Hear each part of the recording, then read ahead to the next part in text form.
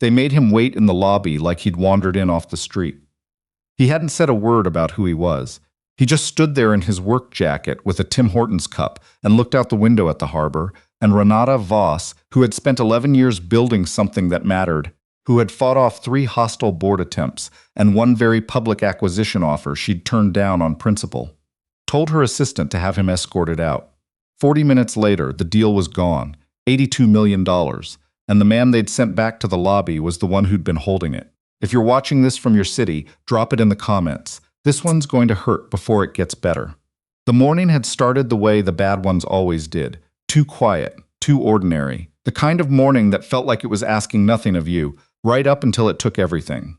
Renata had been awake since 5, not because she'd set an alarm, she hadn't needed one in 3 years, but because her brain had apparently decided that sleep was a luxury the situation didn't permit. She lay flat on her back in the dark of her condo on the waterfront and listened to the harbor sounds below and tried to feel ready. Renata Voss had taken the CEO chair at Northmark Capital Solutions 8 years ago at 31. The company had been her late mother's, a mid-sized financial advisory firm that had grown quietly and steadily for 2 decades before her mother's illness had forced the question of succession earlier than anyone wanted to face it. Renata had stepped in. She hadn't been certain she was the right person. She still wasn't certain some mornings. But she was the person who'd stayed, and staying had taught her more than certainty ever could. Today was supposed to be the day things shifted. The Aldrich proposal had been 8 weeks in the making. Renata had restructured the pitch twice, redone the risk projections, and personally reviewed every page of the term sheet until she could recite the liability clauses in her sleep. Her CFO, Douglas Park, had said last week, in the flat tone he used when he actually meant something, that it was the cleanest capital proposal he'd seen in a decade. She'd taken that seriously, because Douglas didn't say things like that unless they were true.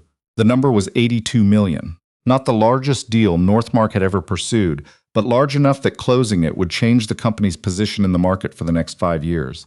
Douglas had done the modeling. Without it, they were stable but constrained.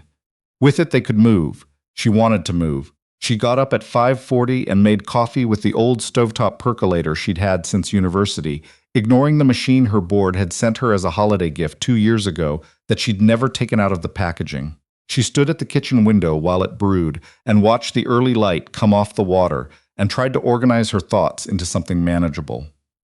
The Aldrich Group was not a name that appeared in financial columns or conference keynotes.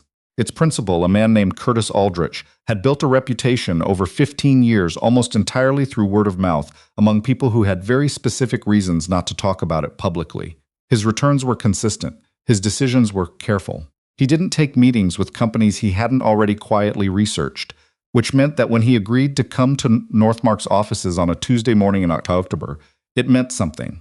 Her board chair, Leonard Fry, had been almost euphoric when the meeting was confirmed. A man of 64 who had been in capital markets long enough to have seen every variety of bad idea arrive wearing a good suit.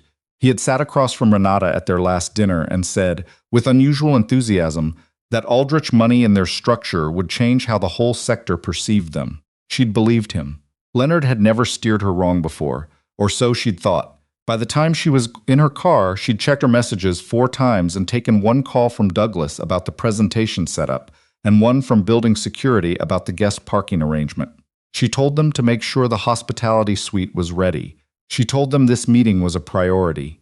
Of course, the building manager said, in the voice of someone who had been told things were priorities many times and had long since stopped registering the word. Northmark occupied 3 floors of a glass building in Halifax's downtown core, the kind of building that looked serious from the outside and functional from the inside, which suited Renata better than something that tried too hard. The lobby had a wall of photographs.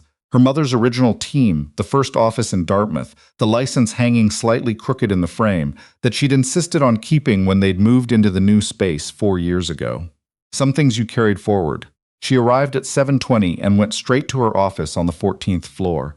Her assistant, Priya, was already at her desk, which was not a surprise because Priya was always already there, a quality Renata had come to think of as one of the great reliable facts of her professional life. "Morning," Priya said without looking up from her screen. "You've got prep with Douglas at 8. The AV is sorted. Mr. Fry is running 15 minutes late, and the catering brought the wrong muffins." Renata set down her bag. "Which kind did we get, blueberry?" You ordered the lemon cranberry. Does it matter? Priya looked up. It matters to the kind of people who notice. Renata almost smiled. Fix it. She spent the next 20 minutes at her desk going through the proposal one more time. Not because she didn't know it cold, but because doing something concrete felt better than sitting with the particular quality of silence that lived in her office on the mornings before things mattered. Her mother had used to say that nerves were just energy that hadn't found its direction yet. Renata wasn't entirely sure she believed that, but she'd kept the phrase the way you keep certain things, not because they help, but because letting them go would cost more than holding on. The prep meeting ran clean. Douglas walked through the numbers with his usual precision. The junior analysts had their pieces ready, and Renata answered every scenario he threw at her without hesitating. When they finished, Douglas said, "You're ready," in the same tone he used to state rainfall probabilities, and Renata nodded and thought, "I need this to be done." The main boardroom on 14 had windows on two sides, and a view of the harbor that on clear October mornings went all the way to McNabb's Island. Today was clear, the kind of morning that made promises it didn't always keep. Renata arrived in the room at 9:40, adjusted the seating, checked the screen, and drank half a glass of water while the room filled with people who'd been preparing alongside her for weeks. Leonard arrived at 9:52, relaxed in the way that certain men at certain levels had learned to perform as its own kind of power. He shook hands, made a comment about the drive-in, and settled into his seat at the far end of the table, a position Renata had always noticed, without quite naming why it bothered her. The Aldrich group was expected at 10 sharp. At 9:57, the boardroom door opened. Renata was mid-sentence with Douglas when she felt it. A shift in the room's attention, the subtle recalibration that happened when someone unexpected entered a space. She turned. The man standing near the doorway was perhaps 40-42, medium height, not the kind of presence that announced itself. He was wearing dark pants and a faded work jacket, the kind with the collar worn soft at the edges, and he was holding a Tim Hortons coffee cup, the medium size, the kind that came in the drive-thru at 6 in the morning. He was looking at the harbor through the window with an expression that could only be described as mildly interested. "Excuse me." One of the junior associates, a young man named Garrett, who'd been with them 3 months and took his responsibilities with the earnestness of someone who'd been told to take them seriously, appeared at the man's elbow. "Can I help you?" The man turned. He had calm eyes and an unhurried face, not blank, just unrushed. "I'm good," he said. "Thanks, this is a closed meeting. Are you with the catering staff?" Something moved in the man's expression. A small, private notation being made. "No," he said. "I'm not. Do you have a confirmation? A badge?" "I don't have a badge." Garrett straightened. "Then I'm going to have to ask you to wait in the lobby until—" "Garrett." Renata had crossed the room, mostly because she needed the meeting to start on time, and didn't need this pulling at her attention. She looked at the man. He looked back. There was something almost familiar about him, not his face, but the quality of his stillness, like a song you couldn't place. "I'm sorry," she said, using the voice she'd built over years because it kept things moving. "Who are you here with?" "I'm here for the 10 o'clock, he said. Renata glanced at her notes. The Aldrich group had confirmed 2 attendees, a senior associate named Bridget Lung and the principal himself, Curtis Aldrich. She looked back at the man in the work jacket. She should have stopped. She would tell herself that later, lying awake in the particular silence of 3 in the morning, that the moment had been right there. That if she'd just asked his name, just one question, everything that followed would have been different. She didn't ask. "I'm sorry," she said, "but this meeting is for confirmed guests only. If you can have someone from your party call up. He's already been confirmed." A voice from the doorway. Renata turned. Bridget Lung had arrived, late 30s, sharp jacket, leather folder under one arm, and an expression that was very clearly the expression of someone watching a scene go sideways in slow motion. She was looking at the man in the work jacket with something Renata couldn't fully read. "He's confirmed," Bridget said again, controlled and tight. "Then he's welcome," Garrett started. "Garrett." This came from Leonard, not looking up from his phone. "Handle it." And Garrett handled it the way a 26-year-old who'd been told to handle something handles it. With total commitment and zero curiosity about whether the instruction was right. He touched the man's arm. "Sir, I'm going to need you to step out to the lobby." The man looked down at Garrett's hand. Then he looked at Renata. By then, Renata had mostly looked away. Douglas was flagging her from across the room. The clock said 9:59. She turned. She heard the door open and close. She looked at Bridget Lung, who was standing in the doorway very still, with the expression of someone deciding whether to say the thing they were actually thinking. "Mrs. Lung," Renata said, "welcome. We're ready to start." Bridget looked at her for a moment longer than was quite comfortable. Mr. Aldrich isn't with me, she said, finally. He comes separately. She walked to her seat, sat down, put her folder on the table and didn't say another word. Renata looked at the door. Something cold moved through her that had nothing to do with the air conditioning. She started the meeting. She was good in rooms like this. She'd learned to be. She could run a pitch on professional autopilot while part of her mind was somewhere else entirely, and she did exactly that. Walked through the proposal, covered the financials, answered the two questions Bridget asked with precision and clarity. Curtis Aldrich's empty chair sat at the corner of the table and no one mentioned it directly. That was the thing about these rooms.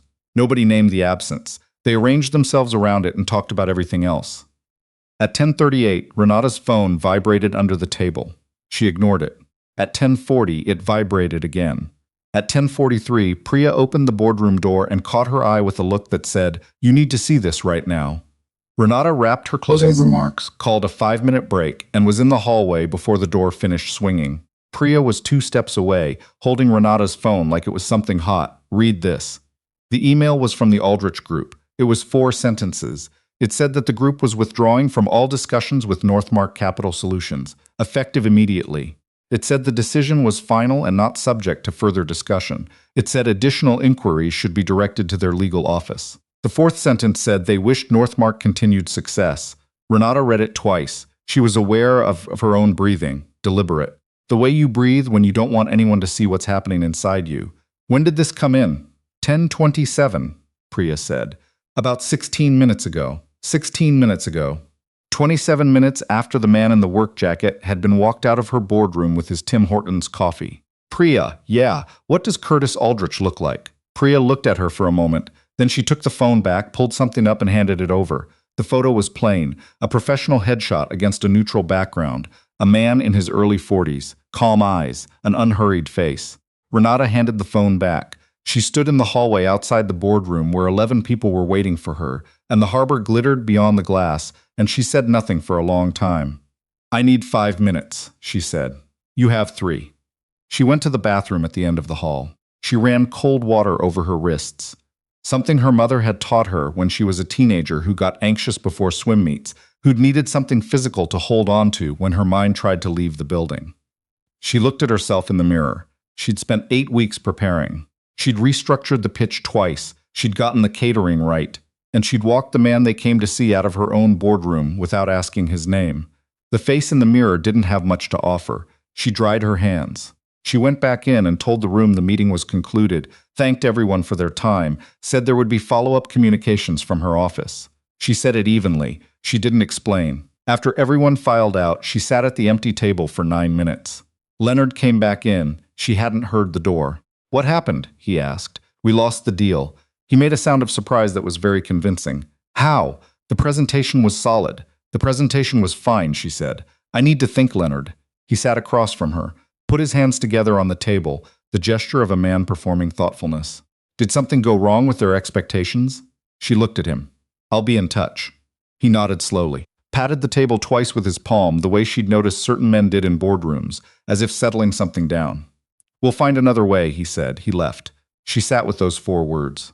"We'll find another way." She didn't know yet why they made the back of her neck go cold. She didn't go home until after 9. She sat at her desk after the floor had emptied and rebuilt the morning in her head the way she used to break down a bad race, moment by moment, looking for the exact point where the wrong decision had compounded into the wrong result. The man had walked in at 9:57. He'd been looking at the harbor. He'd said he was there for the 10 o'clock. Bridget Lung had told them he came separately. Garrett had touched his arm, and she had turned away. She had turned away. There was a version of that morning where she'd been paying attention to the right things, where she'd heard something in that unhurried voice, in the complete absence of anxiety in someone standing in a room where they'd been told they didn't belong, where she'd stopped and said, "Hold on, what's your name?" She hadn't. And now she was sitting in an empty office at 9:15 at night, 82 million gone, with the image of a man looking at her across a boardroom with an expression she now understood hadn't been blankness at all. It had been recognition, the specific kind that comes from watching someone confirm exactly what you expected of them. She started digging the next morning. She pulled everything available on Curtis Aldrich herself, rather than passing it to an analyst. She didn't want this becoming a story inside the company. Not yet. What she found was both more and less than she expected. Aldrich had built his group from a small fund started in his mid-30s with fewer than a dozen initial investors. In 12 years, it had grown into one of the most consistently performing independent investment firms in Atlantic Canada, not flashy, not profiled, but in terms of actual returns, actual decisions, exceptional. He was 41. He had a daughter named Fiona. The mentions of her were few. A single profile in a regional magazine he had apparently agreed to only because it raised money for a children's literacy foundation.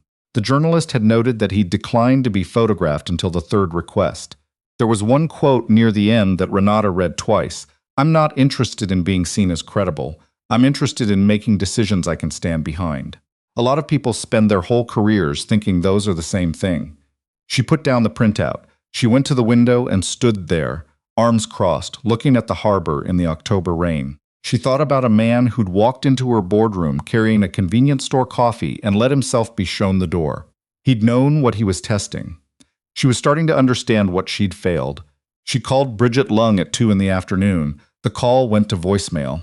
She left a message, composed no panic, no agenda, saying she hoped they could speak before end of week and that she'd appreciate understanding if anything specific had influenced the decision. Bridget called back 9 minutes later. "Mrs. Voss," she said. "Just that." "Thank you for calling back," Renata said. "I almost didn't." A pause. "What happened yesterday was embarrassing. Not for Mr. Aldrich. For your firm, I understand, do you?" Bridget's voice wasn't unkind. It was the voice of someone who said what they meant. From where I was sitting, the CEO of a company asking for $82 million didn't know who she was meeting with and didn't bother to find out before having him removed from the room. Renata breathed. "That's accurate," she said. "I let my staff manage a situation I should have managed myself. It was a mistake." A pause. Longer. "He walked in with the coffee cup on purpose," Bridget said. Renata processed that. "I know that now. He always does, first visit. No introduction from his side. He wants to see how a room responds to someone who doesn't look like money. A beat. Most rooms don't pass. Did we fail worse than most?" Bridget was quiet a moment. "Your associate was following his training. The others in the room followed his lead. That's a culture question, not an individual one." Another beat. "What he noticed was the moment you looked away. That was what mattered. He wasn't watching Garrett. He was watching you, and you were already somewhere else." Renata stood very still. Outside her window, a gull landed on the railing and stood there for a second and left. "Is there anything I can do?" she said. "I don't know. He doesn't reopen closed things as a rule." A pause. "But he did ask me one question this morning." Renata waited. "He asked whether you made the apology call yourself or had your assistant do it." Renata looked at her phone. Her name on the outgoing screen, Renata Voss. "I called," she said. "I know," Bridget said. "I already told him." 3 days later, Douglas came to her office at 4 in the afternoon and closed the door. He only closed the door when the news was the kind that shouldn't travel through glass. "I've been looking at the Crestline numbers," he said. Crestline Advisory Partners had reached out the morning after the Aldrich deal collapsed. Renata had noted the timing. At the time, she'd told herself it was coincidence. She was starting to reconsider that. He put a single sheet of paper on her desk. His handwriting. Small, precise. Crestline's primary backer, through 2 holding companies, is a group called Ridgemont Consulting Group. Ridgemont was incorporated 22 months ago. He paused. Its registered agent is a firm that represents, among other clients, your board chair, Leonard Fry. Renata looked at the page. She looked at it for a long time. "How sure are you?" "I've been on this for 2 days," Douglas said. "I'm sure." She nodded slowly. The room felt very still. She thought about Leonard sitting across from her in a restaurant 2 weeks ago, leaning forward with his unusual enthusiasm. Aldrich money in our structure changes how the whole sector sees us. She thought about him coming back into the boardroom after the deal collapsed and sitting across from her with his hands together and saying, "We'll find another way." He'd already built the other way. "Don't tell anyone," she said. "Already haven't. I need to think." She thought all night. By 7 the next morning, she was at the diner 3 blocks from her building, the one she'd been going to for 6 years, with the counter stools and the coffee that came without asking because she always ordered the same thing. She was at the window table with her second cup and a yellow legal pad when the door opened and a child walked in. She was maybe 9. Red hair, crooked ponytail, jacket 2 sizes too big. She was carrying a sketchbook pressed to her chest like something important. She surveyed the diner the way children sometimes surveyed rooms, with frank, unhurried assessment, and then walked to a table near the back, sat down, opened the book, and began drawing without looking up. Renata watched her for a moment. Then she looked back at her notes. 2 minutes later, the door opened again. She knew before she turned. She didn't know how. Maybe it was the same room shift she'd felt in the boardroom. Maybe it was pattern recognition, the way her brain had been working for 3 days, assembling a picture from fragments. Curtis Aldrich walked in carrying a Tim Hortons cup, the large this time, and crossed to the table where the girl was sitting. He set the cup down, said something low that made her glance up briefly, then immediately go back to the page. He sat across from her and opened his laptop. He didn't look at Renata. She looked at her legal pad for approximately 90 seconds. That was about 85 seconds longer than it took her to decide. She got up. She walked to their table. She stood until he looked up, maybe 4 seconds. And when he did, his expression was the same one she'd seen in the boardroom. Unhurried. Attentive. Neither warm nor unkind. "I owe you an apology," she said. She hadn't planned the words. Not a professional apology. A real one. What happened in that room was wrong, and it was wrong because I wasn't paying attention to what mattered. Curtis looked at her. The girl hadn't looked up, but her pencil had slowed. "You didn't have to make it easy for us to recognize you," Renata said. "You did, and we still got it wrong. I'm sorry." Something moved in his face. Not softness. Something more complicated than that. He looked at her for a moment. "Sit down," he said. She sat. The girl looked up then, briefly. Dark, serious eyes that looked like his. She took Renata in with the same quality of attention and looked back at her sketchbook without comment.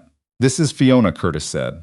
He said it the way people said the names of things they protected. "Hi, Fiona," Renata said. Fiona didn't answer but tilted the sketchbook slightly in her direction, just for a second. On the page was the diner, the counter, the stools, the cook visible through the pass-through window, a couple at the corner table. It was good. Genuinely, noticeably good. "She draws wherever we go," Curtis said. Not an apology, just a fact. Renata looked at Fiona's bent head. She thought of something to say and then said nothing, because sometimes silence was more honest than whatever you could find to fill it. She looked at Curtis. "I know what my company needs and why the deal matters," she said. "But I'm not here to pitch you. I'm here because I think something is wrong inside my company, something bigger than a missed introduction, and I'm trying to understand it before I do something I can't take back." He watched her. "Why are you telling me?" "Because you already left," she said. "You have no reason to be involved. Which means if you tell me what you know, you're telling me for the right reason." Silence. The diner moved around them, the cook calling an order, a chair scraping, Fiona's pencil on the page. "Leonard Fry," Curtis said. The name landed in the space between them like something that had been waiting.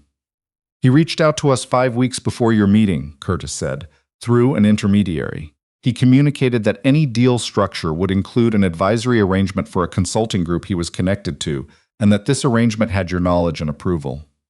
Renata was very still. "When I walked into that room," he said, "I wasn't only evaluating the proposal. I was evaluating whether what I'd been told was accurate, and then I had you walk to the lobby," she said. "Yes, no satisfaction in it, just the fact. What Fry described, if it's true," Curtis said, leaning forward slightly, "means the deal was never going to close on the terms you'd prepared. He was planning to engineer a renegotiation at the final stage that served his interests, not yours or mine." Renata looked at the table, then at him. "Can you prove it? I can tell you what I know. What you do with it is your decision. I mean that. It has to be yours." She understood the line he was drawing. She understood it was right. "Thank you," she said. He nodded once. Fiona looked up. She turned the sketchbook toward Renata. On the page, added to the diner drawing, 2 figures at the window table, facing each other over 2 cups. Renata looked at it. "Is that us?" Fiona considered the drawing with her usual detachment. "You both have the same serious face," she said. It made sense. Curtis made a sound that was nearly a laugh. He redirected it into clearing his throat and didn't entirely succeed. Renata looked at those 2 small, careful figures and felt something shift in the morning.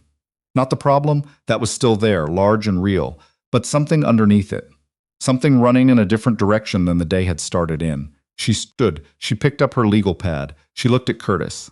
"I have work to do," she said. "I know," he said. She walked out into the Halifax morning, which was cold and bright and fully awake. She stood on the sidewalk for a moment and then started walking. She walked 11 blocks before she slowed, not from tiredness, but because her thinking worked better when her body was moving. Always had, since she was a kid who did warm-up laps in empty school corridors before early swim practice. By the time she turned back toward the building, she had her list. Not written down. She'd stopped putting this particular problem on paper the moment Douglas had closed the door. What she had, Douglas's documentation of the Crestline connection. Curtis's account of the intermediary approach. The timeline, Leonard pushing for the Aldrich meeting, the deal collapsing, Crestline appearing the very next morning. What she needed, something that would hold up to a board vote, something a lawyer couldn't dismantle. What she didn't have, time to be wrong.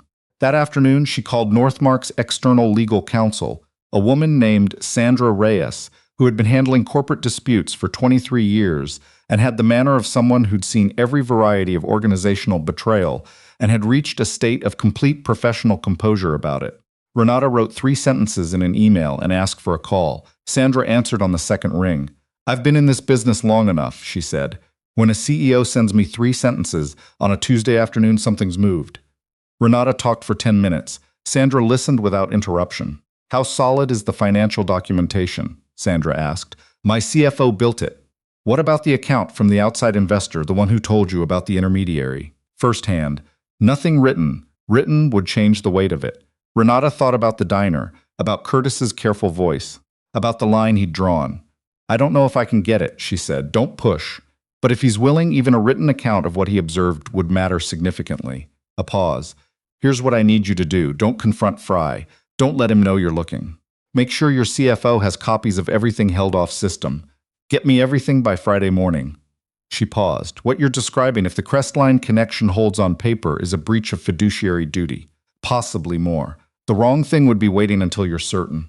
No one is ever certain enough before they start." Renata felt something ease slightly in her chest. Not relief. The recognition that she wasn't walking this alone anymore. She spent Thursday on the documents.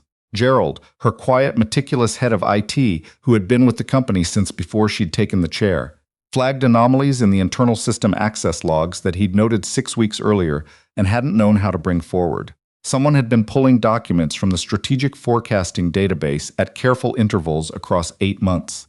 The access credentials belonged to a third-party consultant whose engagement, Renata now noticed for the first time, had been approved and championed by the board chair. She wrote down the consultant's name. It was 11:40 when she drove home. She made toast and stood at the counter and stared at nothing in particular and tried to feel tired enough to sleep. She wasn't. She lay on top of her bed in her clothes and looked at the ceiling and thought about the shape of what she was dealing with. Leonard had been building this for at least 22 months, probably longer. He'd used his access, his position, the trust the board had placed in him, trust she had also placed in him, to construct something that served himself at the expense of everything her mother had spent 2 decades building. He'd used her. She thought about the dinner, about his unusual enthusiasm, about the way he'd pivoted, smooth and easy, when she'd mentioned the restructured financials. She'd been grateful. She realized now she'd wanted someone at that table who was in her corner, wanted it enough that she'd taken his support at face value instead of examining it. She fell asleep with the light on and woke at 5:40 to her alarm, still in her clothes, neck stiff, mouth dry. She got up and made coffee and stood at the window and started again. Friday, Leonard called twice. The first call came at 9. She let it go to voicemail. He said he was checking in, that the board was eager to regroup, that Crestline had been in touch, and he thought they should move quickly. His voice was warm and smooth and completely normal, which was the worst version of it now that she could hear underneath it. The second call came at 1 in the afternoon, and she picked it up because not answering twice in a day would register. "Renata," he said, with the particular warmth he reserved for moments when he wanted something. "How are you holding up after the Aldrich situation?" "Managing," she said. She kept her voice even. "Slightly tired. A CEO dealing with aftermath. Plausible and also true. Terrible thing. Though honestly, I think Crestline might be a better structural fit for where we're going. More flexibility, fewer constraints." He was selling Crestline to her. Casually, over the phone, 2 days after she'd traced the connection from Crestline back to him. She gripped the edge of her desk and said, "I'm still reviewing their terms." "Of course, take your time, but their calendar fills up." A pause. "Lunch next week?" She told him she'd check her schedule. When she hung up, she sat very still for a moment and then said quietly, one word that she would not repeat here, and then went back to work. That evening, Douglas brought her the full document set. She read it at her kitchen table, with a highlighter and a coffee that went cold. What came out of those pages was not one thing but many, layered over years. Advisory contracts routed to vendors with board connections, a consulting arrangement that had paid substantially above the documented scope, a potential acquisition from 3 years ago, a genuinely good opportunity that had died at the board level on Leonard's recommendation that the timing wasn't right. The timing had been fine. 8 months later, the target company had been acquired by a firm connected, if you followed the thread carefully enough, to Leonard's consulting network. He hadn't just betrayed her on the Aldrich deal. He'd been harvesting the company for years. She went through it page by page and felt something that wasn't anger. Anger was too hot. What she felt was colder and more durable. The feeling of a decision becoming solid. The emergency board meeting was called for Monday morning. She spent the weekend not over-preparing. She'd made herself a deliberate rule about this. You prepared until you knew the material, and then you stopped, because anything past that was anxiety dressed as diligence. She reviewed her notes Sunday afternoon, walked herself through the room in her head, mapped every chair and every likely response. Leonard would interrupt. He would reframe. He would use the warmth he'd spent years building in that room and aim it like a tool. He would imply that she was destabilized, operating out of proportion to the evidence. She would not let him make it about her state of mind. She went to bed at 10 and slept 8 hours, which surprised her, and then didn't, because she'd noticed before that the night before the hardest thing was often the clearest sleep. The body, having given up on postponing, finally lets go. She was in the building by 7 Monday morning. Priya arrived at 7:30, stopped in the doorway, took in the press jacket, the organized desk, the coffee already half gone, and said, "Today's the day, today's the day." Sandra and Douglas were in the small conference room on 13 by 8:45. Sandra walked through the sequence the way she did everything. Precise, no wasted words. Lead with the pattern. Let the board see the trail before they see whose name is at the end of it. The external account, Curtis's written statement, which Bridget had sent to Sandra by 3 on Friday, was the most powerful piece, and it went last. It confirmed intent. It came from outside the company. It had no reason to exist except that it was true. Renata had reached out to Curtis on Friday morning, by text, short and direct. She wasn't asking him to rescue anything. She had built the case herself, and she needed to know if he was willing to document in writing what he'd been told and by whom. His reply had come in 11 minutes. If you've built it yourself, then yes. Send it to your lawyer. She'd exhaled for the first time in 4 days, the boardroom at 10. She set her documents at the head of the table before anyone arrived. Leonard came in at 10:01. He was wearing his standard blue tie. He made his way around the table, shaking hands, warming the room, doing what he'd always done. He looked at Renata sitting at the head, not his end, hers, and something crossed his face fast, just for a second. Then the warmth came back.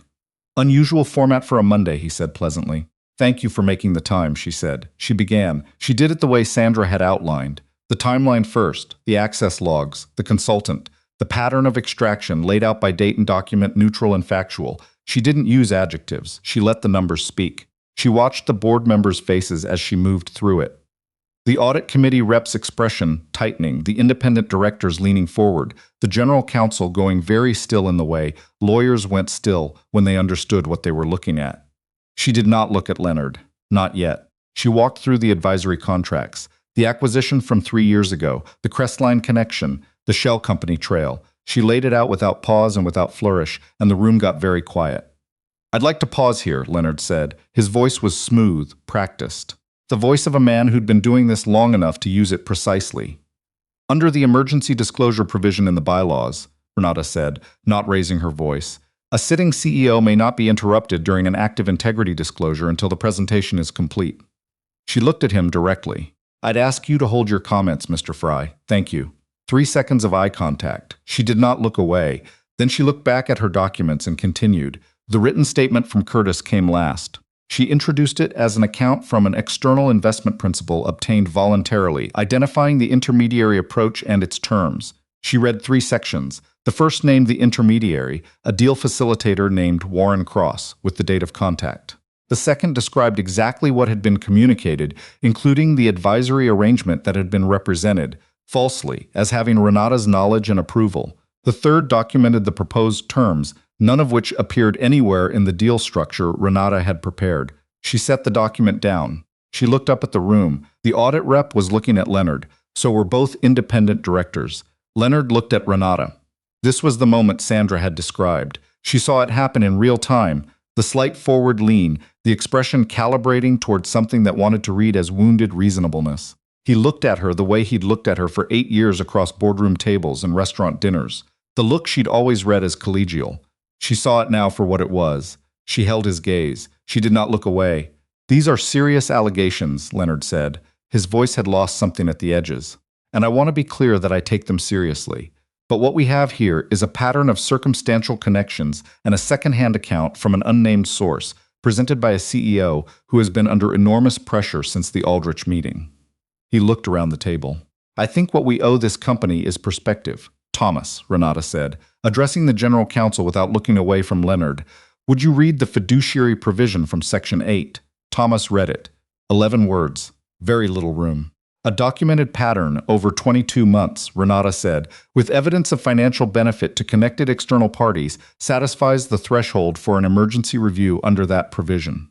She looked at the full table. I'm not asking this board to reach a conclusion. I'm asking you to authorize an independent audit of every transaction, advisory contract, and deal recommendation involving the board chair over the past 3 years. That is the appropriate next step. She paused. I'm also moving, under the emergency provision, that Leonard Fry recuse himself from all board activity pending the outcome of that audit. Silence, the kind that had weight and shape. Leonard put both hands on the table. I have given 8 years to this company, he said. 8 years. And I think everyone in this room knows my commitment. Patricia. This came from the oldest voice in the room. Oliver Marsh, 71, who had known Renata's mother and had been on the board for 14 years and rarely spoke, but when he did, the room listened. He was looking at Leonard with an expression that held no warmth at all. I think we've heard the disclosure. I think we should vote. Leonard looked at Oliver. Oliver looked back. Something changed in Leonard's face. Not dramatically. There was no single visible moment of collapse. It was more like watching something load-bearing crack quietly, the structure still standing but different, fundamentally different, in the way the weight was sitting. I'd like to speak to counsel before any vote, he said. You're welcome to do that after, Oliver said. Sandra, is the motion properly constituted? Sandra, it is. Then let's vote. The motion for the independent audit passed 5-1. The motion for Leonard's recusal passed 5-1. The single vote against both was Leonard's own. He cast it looking straight ahead, jaw tight, the warmth entirely gone from his face now. In its place was the expression of a man who had spent years building something and was watching it be disassembled piece by piece by the person he'd underestimated. He stood. He straightened his jacket. He looked at Renata.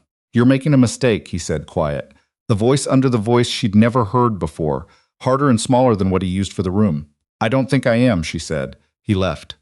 The door closed. Renata stood at the head of the table and felt the room rearrange itself around his absence. Board members who'd been rigid were settling back. The audit rep was already on her phone. Douglas was writing something quickly. Sandra gathered her documents with efficient focus. Oliver Marsh caught Renata's eye from across the table.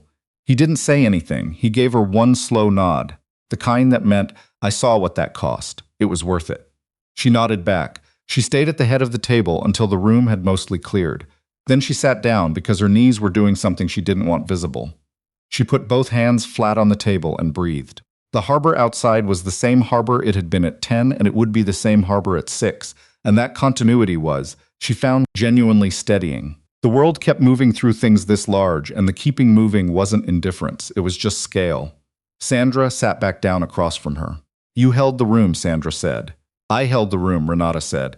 Her voice came out steadier than she felt. After Sandra left, Douglas stayed. He was sitting across from her with his compiled report and his post-crisis face, a little emptied out, a little more tired than an hour ago. It's going to go public, he said. Probably Wednesday. I know. Employees first, before press, before investors. The people in this building hear from me before they read it somewhere else. Douglas nodded. He stood. At the door, he stopped. Renata? Yeah, your mother would have done it the same way. He said it quietly. Not sentiment, just honesty. Then he left. She sat in the empty boardroom for a long time after that. She picked up her phone and typed a text to Curtis. Short, board voted, audit authorized. He recused. I held the room. She looked at it for a moment. Then she sent it. She put the phone down and looked at the harbor. It was late morning now. The light was moving through the windows in a long, clean stripe across the table. Her phone buzzed. 3 words from Curtis.